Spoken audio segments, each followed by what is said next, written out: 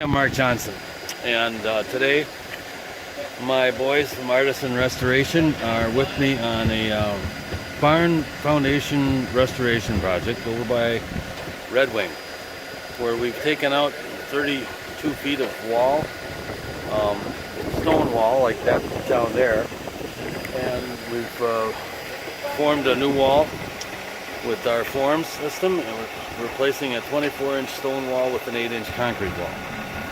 And all 30 some feet of it should work out pretty good.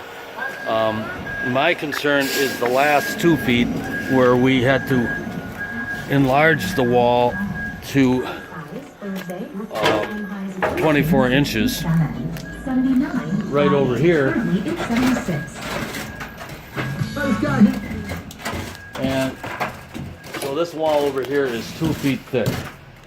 And we've made our own homemade wall ties here, using some ready rod, and we're hoping everything holds. I've got this braced over here, and hopefully everything is going to stay together. And anyway, we'll see what it looks like in about an hour. You need to get that filled up on that.